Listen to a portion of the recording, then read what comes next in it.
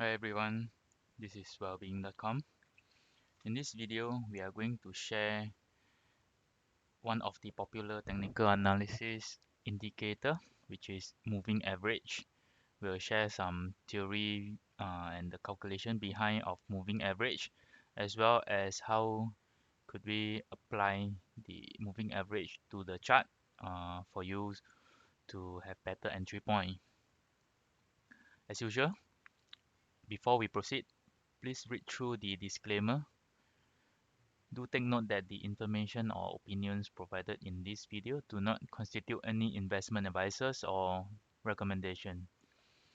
You may pause the video if you need more time to read. Alright, what is moving average? Like other indicators, moving average is used to assist us to project future price trend. By looking at the slope of the moving average, we can have better projection of the potential direction of the market prices.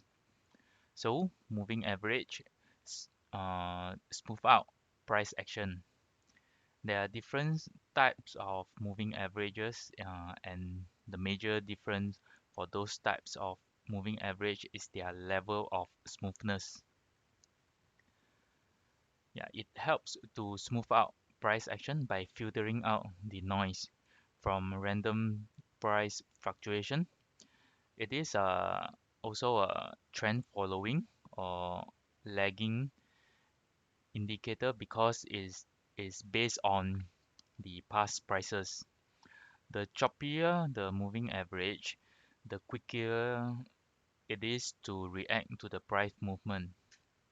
To make a moving average smoother, we might get the average closing price over a longer period of time. Next, we will take a look on two common types of moving average, which are the simple moving average (SMA) and exponential moving average, the EMA. So what is moving average?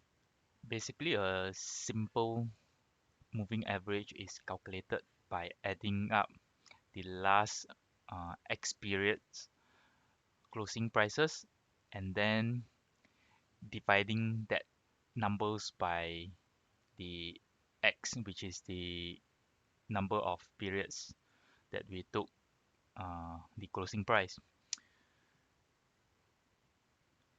For instance, a 5-day moving average is the average prices for the past 4 days and the fifth day. The reason why we showing this formula with the how to on calculating the simple moving average is because it is important to understand the calculation logic behind so that you will know how to edit and tweak the indicator when you apply to the chart. So understanding how an indicator works is important because it means that you can adjust and create different strategies as the market environment changes. Okay, let's take a closer look on the calculation. So for this blue line is the 10-day moving average, simple moving average. So how did we get this? Yeah, so the table tabulated on your right is the closing price of these red dotted blocks. So the first point, because it's 10 days moving average, so the first 10-day MA result will come out at the 10 days. So which means it's at this point. So this is considered is our first day, right? And second day and how it goes so far. So this red point will be 1.029. So how did we get this 1.029? It is the average price of day 1 all the way to day 10. Whereas for 11 day will be from day 2 to day 11, right? Okay, next, this chart we have plotted three different SMA on the chart. As you can see, the longer the SMA period is, the more it lags behind the price. So in this chart, we have three, the three SMA are 20, 60, and 100. So you can see the distance of 100 to the closing price is usually the furthest. This is because the 100 SMA adds up the closing prices of the last 100 periods and then divides it by 100. Hence, the longer period you use for the SMA, the slower it is to react to the price movement. Yeah, same example using this SMA 100. In order to change the direction, the price action will need a longer time of price action change to so that it will reflect the averages. So the SMA in this chart also show us the overall sentiment of the market at this point in time. So we are seeing downtrending here. Yeah, we can see the downtrending of this counter. So instead of just looking at the current price of the market, the moving average just give us a broader view, and we can now gauge the general direction of its future price. With the use of SMA, we can tell whether a counter is trending up, trending down, or ranging. Later on, we will have more example on how can we identify whether is it trending up, down, or just ranging. However, there is one problem with this simple moving average in which they are susceptible to spikes. When this happens, this can give us some false signal. We might think that a new trend may be developing, but in reality, nothing has changed. Okay, so the point we are trying to make is sometimes the simple moving average might be too simple. So here we come the exponential moving average, which give more weight to the most recent period. In this example, the the moving average would put more weight on the prices for the recent days. So which means that for this period, so these few days, closing price of these few days will contribute more to this EMA.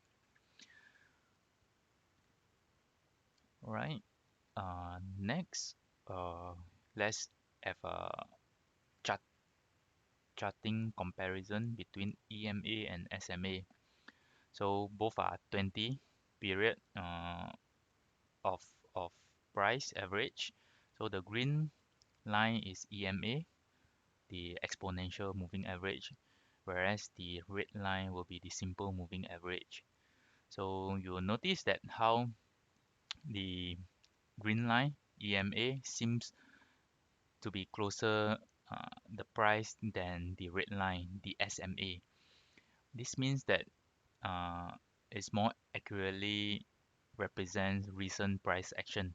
You can probably guess why this happened is because the exponential moving average places more emphasis on what has been happening lately uh, rather than yeah. So when trading is important to see what traders are doing now rather than what they were doing last week or last month. Let's look at a quick comparison between SMA and EMA.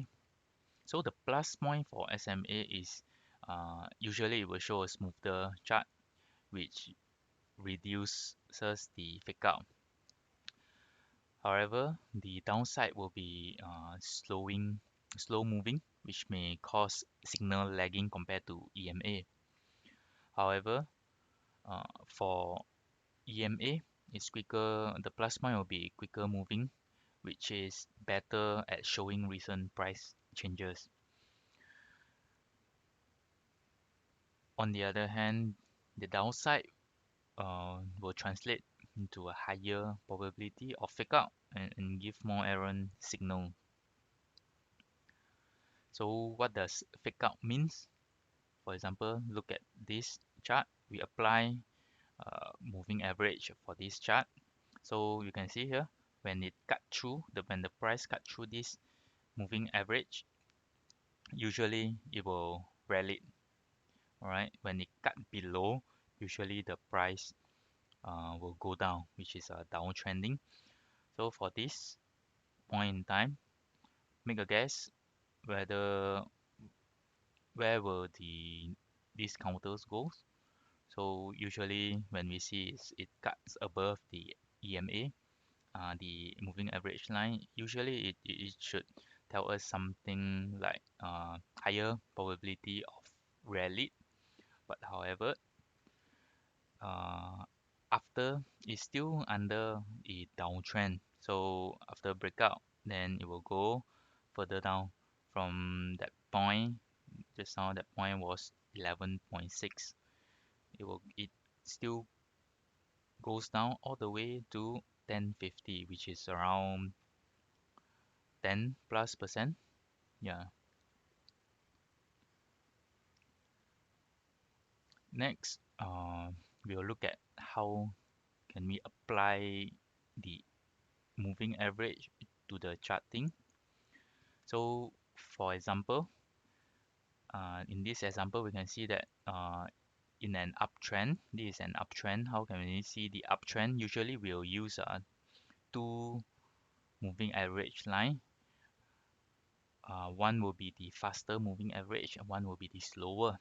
So, in an uptrend, the faster moving average, which is the red line, should be above the slower moving average, which is this blue line. And for downtrend, is vice versa. The red line, the faster moving average, will be below the blue line, the slower moving average.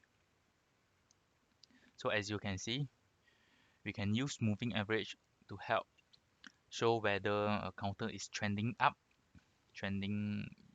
so trending up when faster moving average is above the slower moving average, trending down when the faster moving average is below the slower moving average.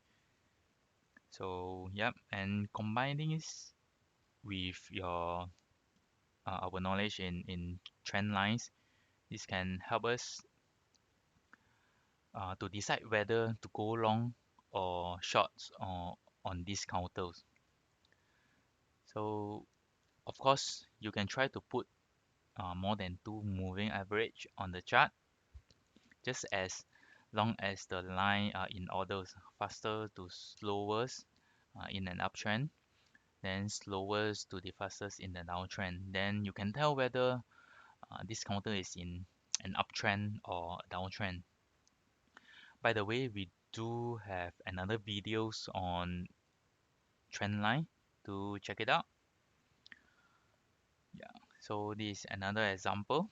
So usually, as mentioned just now, when the crossover of the lower time period MA to the higher time period MA,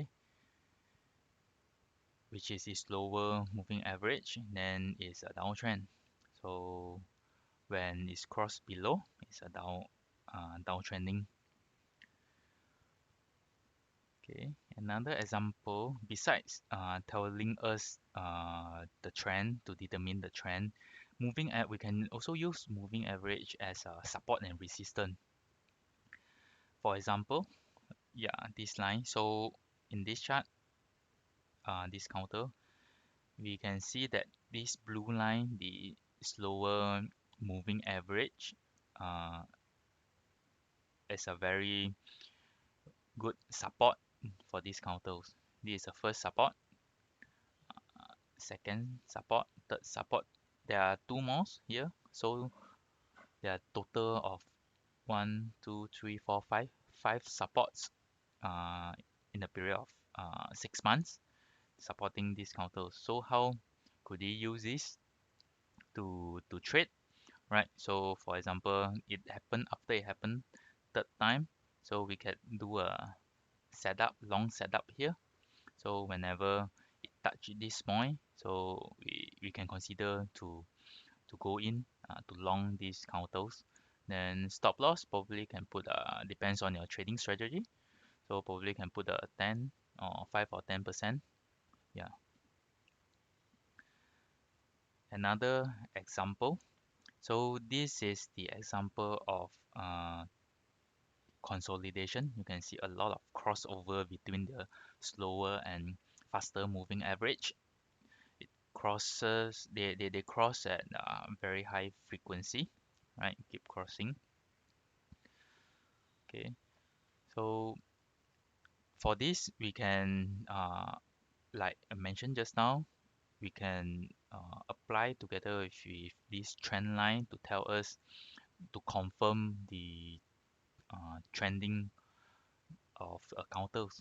So for example, in order to ensure that the uh, not ensure is that giving us a higher confidence of consolidation has come to the end, then we can add a trend line here, right? So this we can see that uh, higher chance of the counters will rally because the red line, the shorter, the faster moving average is crossing the slower moving average, the blue line. So one confirmation is once it's break out this trend line, yeah, we should have a we this translate that the higher possibility that this counter should rally. Yeah, so it rallied from $3 all the ways to slightly above 360, which is a 20%. Should be quite a decent return for stock counters in 4 months, right? So this box is another example of consolidation. So whenever we encounter this kind of crossing frequency, we should take note as consolidation. After consolidation, the counters might uh, continue the rally trend or it will become a reversal, become a downtrending. So it is important for us to monitor before we got more confirmation on the trending of these counters because we don't want to buy something here then it drop all the way down. This one is probably another 20% down. Yeah, so just imagine it's better for us to enter somewhere here rather than enter at this point that could give us a 20% downside. Yeah, which may affect uh, some of investors or traders emotion. Okay, thank you for watching this video. Hope by now you have some basics on what is moving average and how to calculate it, as well as how to apply it to your chart and assisting you to make a better entry point to the counters or pairs that you are looking at. Don't forget to like our Facebook page, visit our website at ikc.wellbeing.com.